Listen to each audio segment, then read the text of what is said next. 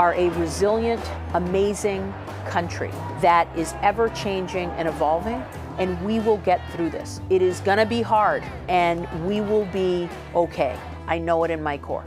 Tell us about young Rachel growing up in Cambridge and what your experience was like. Oh my gosh. So my parents have been married for 50 years.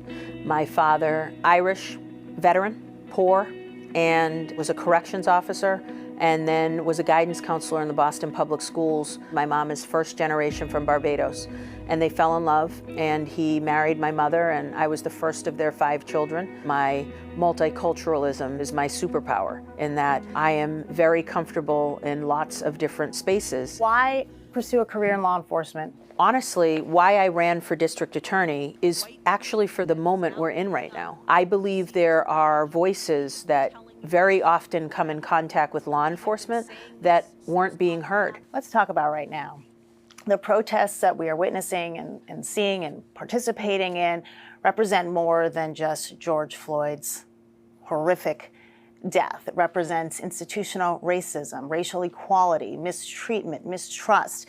Many Black people feel that the system has failed them, especially law enforcement. What is distressing for certain communities is when we pay into a system just like everyone else, and it fails us more than others, not always, but more than others. It's just frustrating. And what we need is bold leadership. My profession, district attorneys, why communities are so outraged is after these officers engage in this behavior, the DA turns away and pretends that he or she didn't see what just happened. And then they aren't charged, which is what we saw the outrage with Ahmaud Arbery, and 3 different DAs failing until the Georgia Bureau of Investigations came in and took the investigation away, and within 24 to 48 hours, arrested the McMichaels.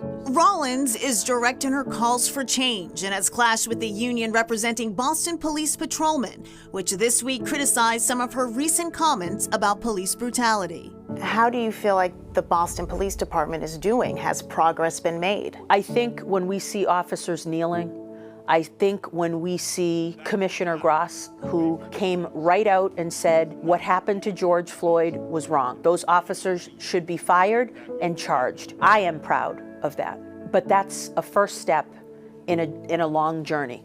And that is not directed at our Boston police officers. That's directed at tons of other leaders and systems that are intertwined with what we saw with George Floyd.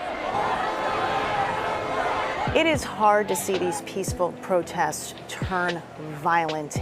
Under no circumstances are we honoring George Floyd's memory when you are breaking into Uggs and stealing boots. Those individuals not only dishonor George Floyd's memory, but they dishonor the tens of thousands of peaceful protesters who came here with good intent. And I have spoken to business owners, and I do not wish them any harm whatsoever. That glass will be replaced, those items will be replaced, and those individuals will be held accountable. George Floyd's family will never see him again.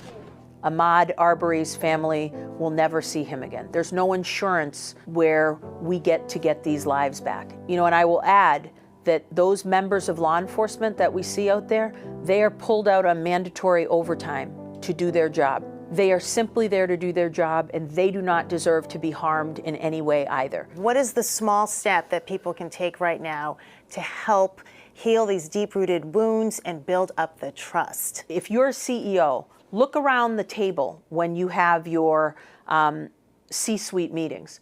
Are there women in the room? Are there Black people in the room? Are there people of color in the room? Are there LGBTQI community members in the room?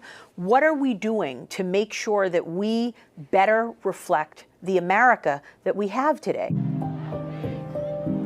Protesting and marching for racial equality, we have seen it, we have done it, and we're still right where we are now.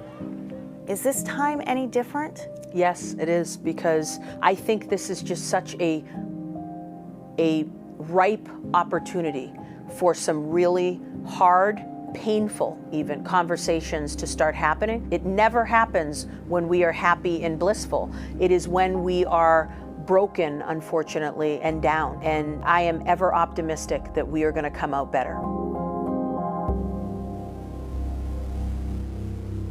Rollins will be up for re-election in 2022.